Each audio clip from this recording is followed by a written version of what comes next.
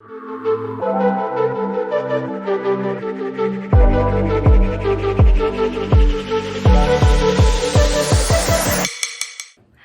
my name's Alexis Stolak, and thank you for clicking on this video, and thank you for watching my first ever YouTube video, which is crazy to say. This is a big step for me. If you see that I'm sweating and I'm just in the sun in Portugal, it's very hot, I'm on my summer vacation, so please ignore the sweat, and I might have to take a few water breaks because it's scorching. That being said, I thought it was a great time to make this video about all the colleges that I applied to and the high school stats that I had and all of the different things I did throughout my high school career, because it's the dead middle of the summer. The class of 2022 is starting up their college application process, and considering the fact that my class and the class before me are very similar in application process with COVID and all of that, I thought it'd be good to share all of the things that I did so it can help you guys and the years before you guys, like the other classes. I'd like to preface this video by saying two things, or one, actually. I wanted to say that not everybody's the same, and I know that just because I did all of these things in high school and got into all these certain schools doesn't mean that you will get into these schools, but it also doesn't mean that the schools I got rejected from, you would get rejected from. Every person is different, and the college application process is honestly just a shot in the dark. You never know when it comes to applying to college, especially with COVID. You never know. And the second thing I'd like to mention is that I'm very well aware that not everybody has the same resources that I did when I was in high school. Not everybody is privileged enough to be able to afford tutors and to be able to take the SAT multiple times, and I'm very well aware of that. But that's not to say that my privilege has just given me everything and I've been handed everything on a silver platter. I had to work hard for where I am today, and I didn't pretend I was on a rowing team. No, I'm just kidding. But I'm not. I had to work for everything I did, and I'm very thankful for what I have. So, we're going to start with all of the colleges that I applied to. I applied to 10 schools, which is a lot. I had many sleepless nights just revising my college essay a billion times. If I ever read that essay again, I think I would cry. I've read it so many times. But I applied to Duke University, Rutgers, New Brunswick, Seton Hall, Syracuse, Boston College, William & Mary, George Washington, UVA, Princeton, and Harvard. So I got a good mix. In there, I have my state school, which is Rutgers, and then Seton Hall, which is also a private school in New Jersey. And then I also have Princeton and Harvard. So I have like a whole array of the schools. I have my safety schools and the reach schools. I'm going to start off with the high school that I went to, the very basics of all of the pieces of my high school puzzle. I went to a vocational school, which means that in 8th grade, I applied to get into my county vocational school, which I got into, and I was in the Academy for Law and Justice. My personal high school was ranked 181 in the state of New Jersey, and my high school is kind of like an umbrella, has multiple different programs underneath the umbrella, and for example, another program in my district was ranked 6th in New Jersey. So I go to a pretty good high school to begin with, and out of the whole entire country, my high school is ranked 5,093 out of 17,857 high schools, which I think is pretty good. And my school was also an all-honor school, which means that all of my classes were either honors or AP level. I had no regular or intermediate level classes at my high school. As I mentioned before, I was in the Academy for Law and Justice, which means that every year I either had 1 or 2 classes dedicated to my vocation. And there was also other programs with like STEM, so they took engineering classes, or allied health, which was medicine. It really varied on the student and what program they got into. And I took criminal justice type related classes. So I'm going to run down all of the classes that I took regarding my vocation in high school, and the rest doesn't really matter. It's like your basic math, English, the boring stuff. My freshman year, I took Intro into Law and Justice. Sophomore year, I took mandatory AP classes. So I took AP Psychology and also Criminal oh my God, criminal. Crime scene investigation, which was a half-a-year class, and 21st century policing, which was a half-a-year class. And then junior year, I took another mandatory AP class, which was AP government, and I also took criminal law and procedure. And then senior year, I ended off my law and justice career with business law. So throughout my 4 years in law and justice, I took a broad area of classes. I took, criminal justice, and I learned how to pull over a car. I learned how to use handcuffs. I did more of the forensic side, so we learned like the hair, the fingerprints. I also took business law, where you learned about contracts, which really helped me because I turned 18 in the class. So I was able to learn how contracts work now that I can legally sign one. So it gave me a pretty good understanding of that area of study, and I learned that I loved it. When I went into high school, I thought I wanted to be a surgeon, and I came out knowing that I absolutely do not want to go into the medicine, science, engineering, any of that, because that is not for me. Criminal justice, lawyer, public policy, political science, that's more my vibe. So those are all of the vocational classes that was mandatory for me to take throughout my 4 years, which shows colleges that I was passionate about a subject, because from my understanding with all of the college courses that I've taken and advisors that I've talked to, colleges really want to see dedication. They want to see that you've taken one thing throughout high school and you've dove deeper and deeper into that subject.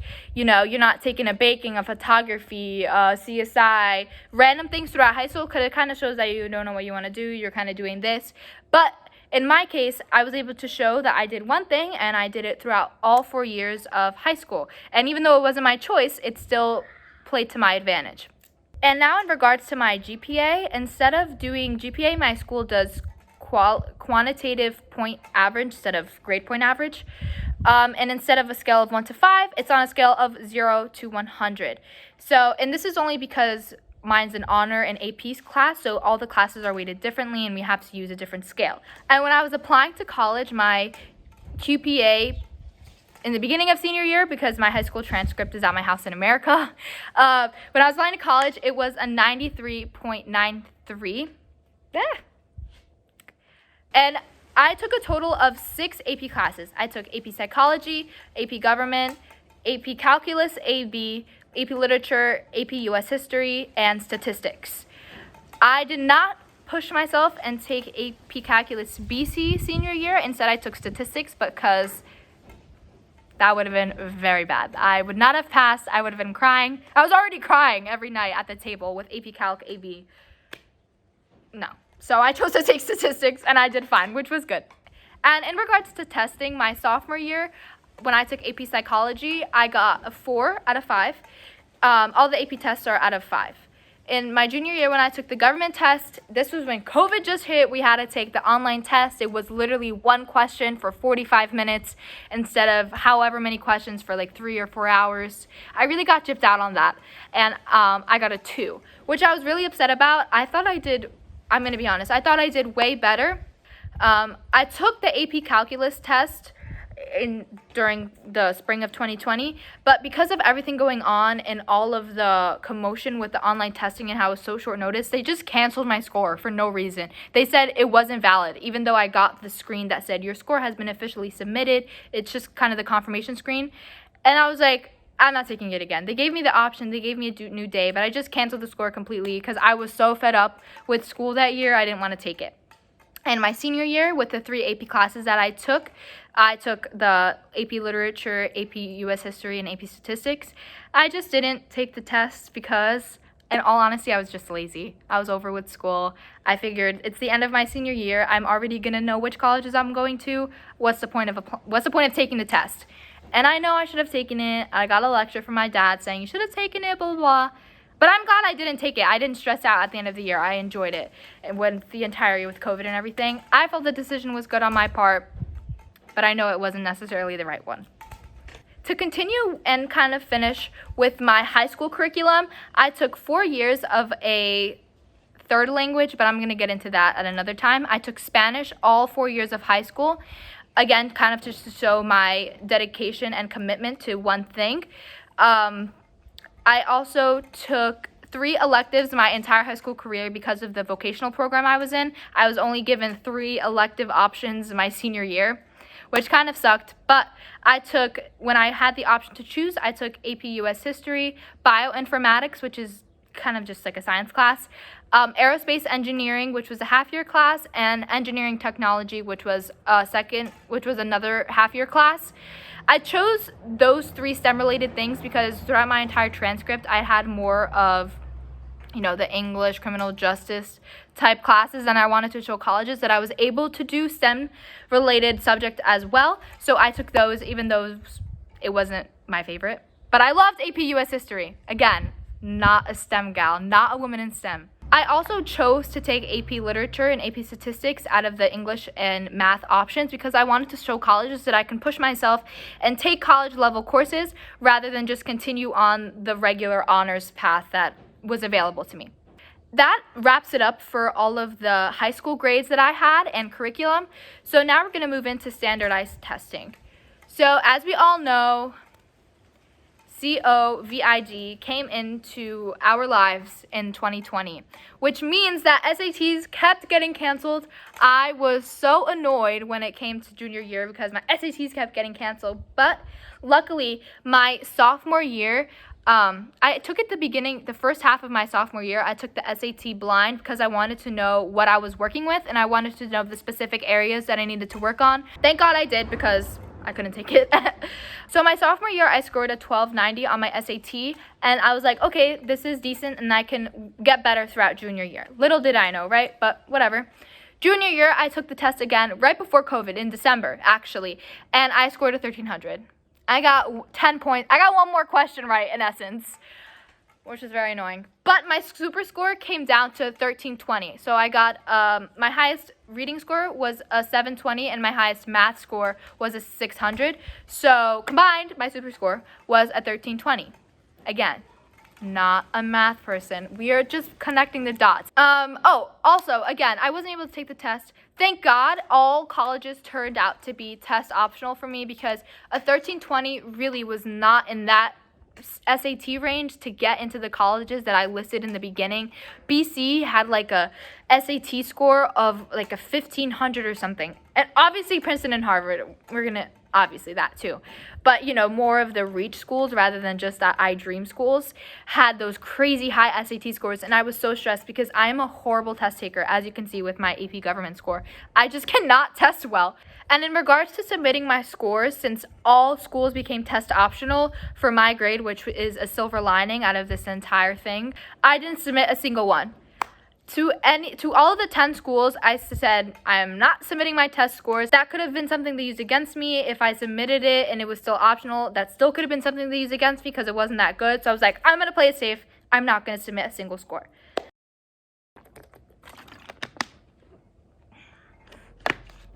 Ugh, smell.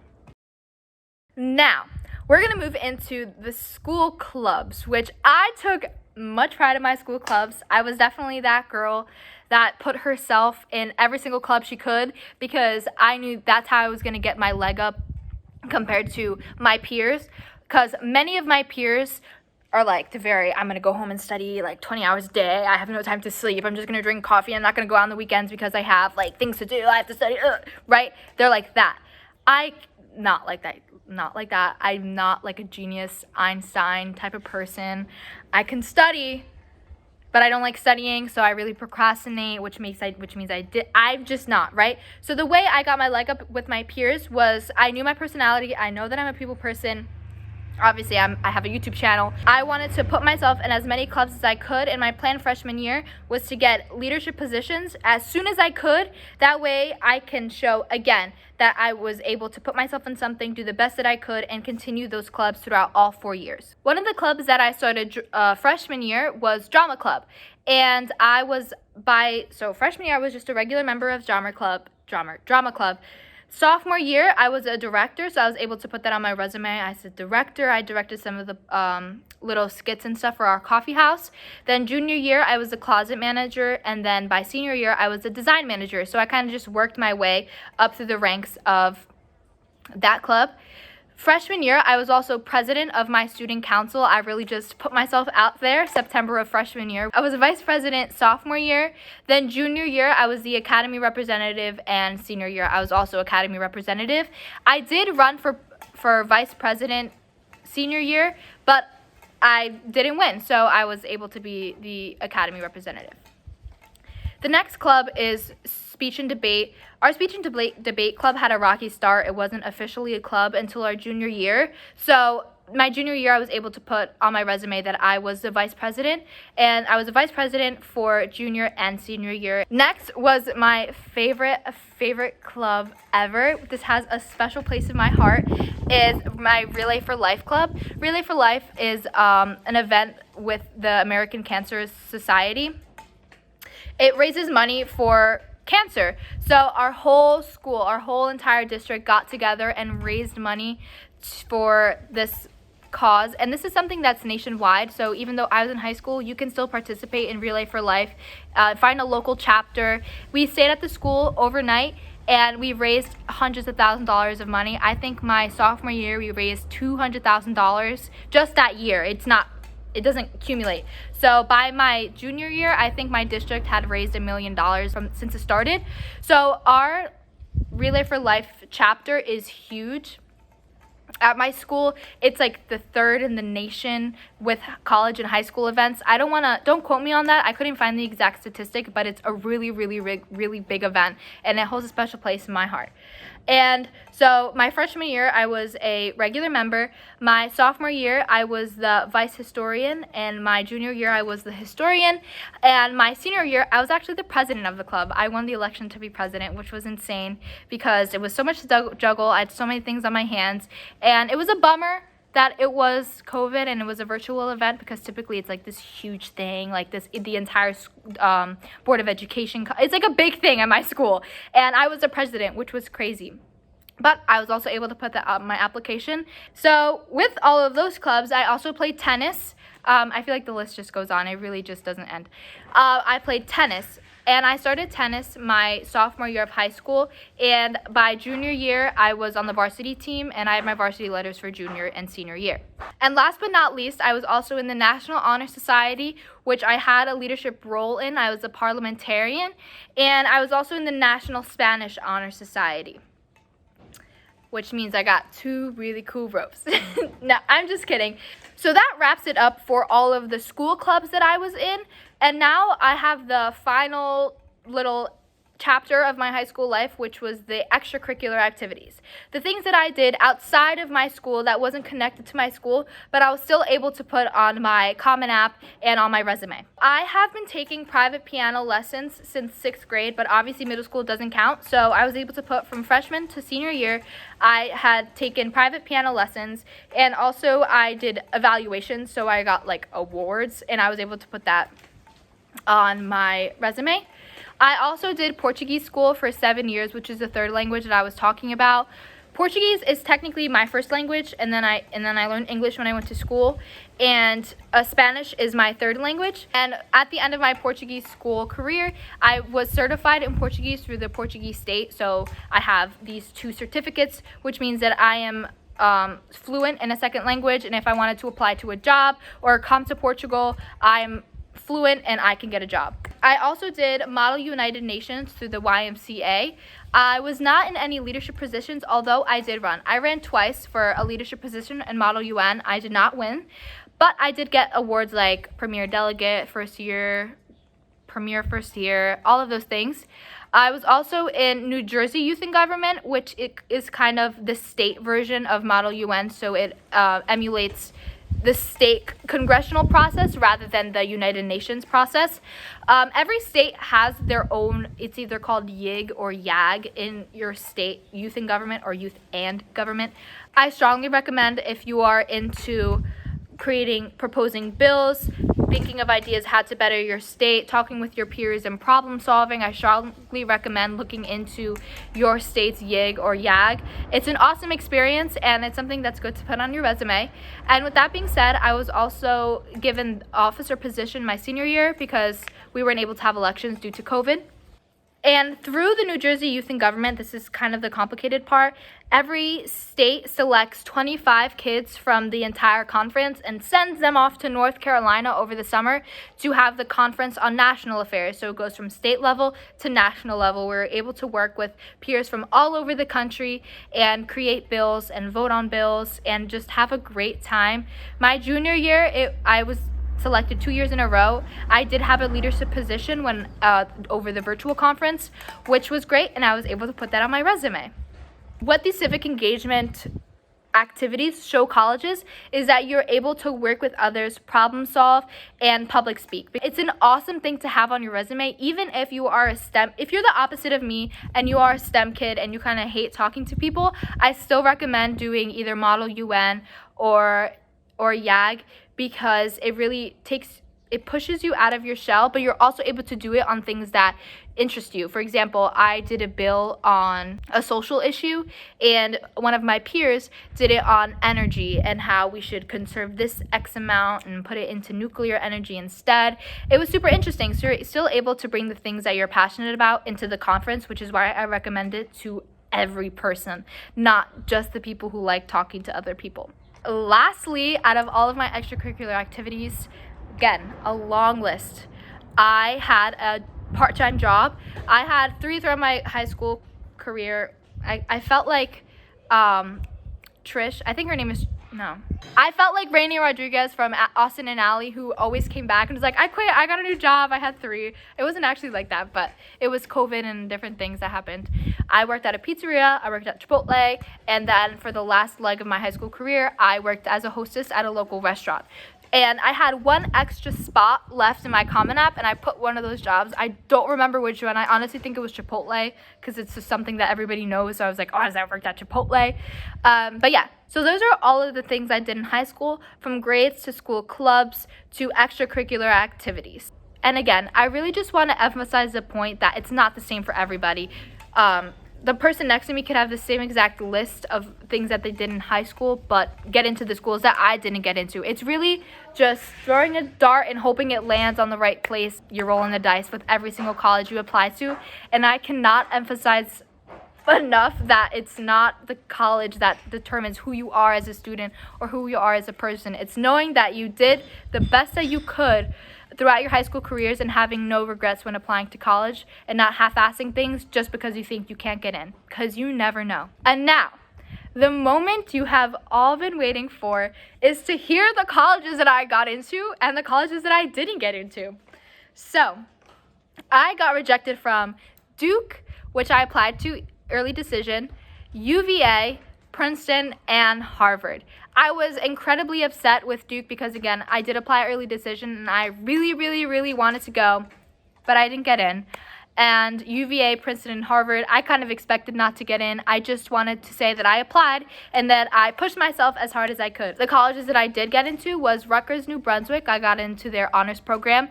I got into Seton Hall University, their 3+3 international relations and diplomacy program, which means that after 3 years, I was able to go straight into their law school.